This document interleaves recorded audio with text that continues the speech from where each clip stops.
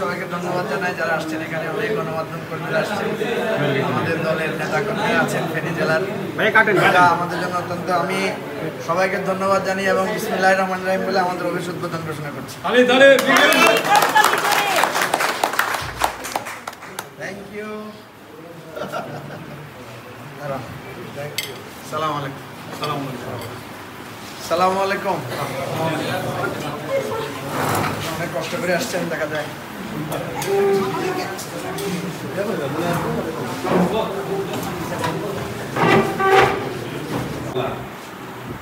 কিছু সময় আপনার দরবারে ব্যয় করার জন্য এখানে বসেছি। আল্লাহ তুমি তার এই স্বপ্নকে বাস্তবায়ন করার তৌফিক দান করো।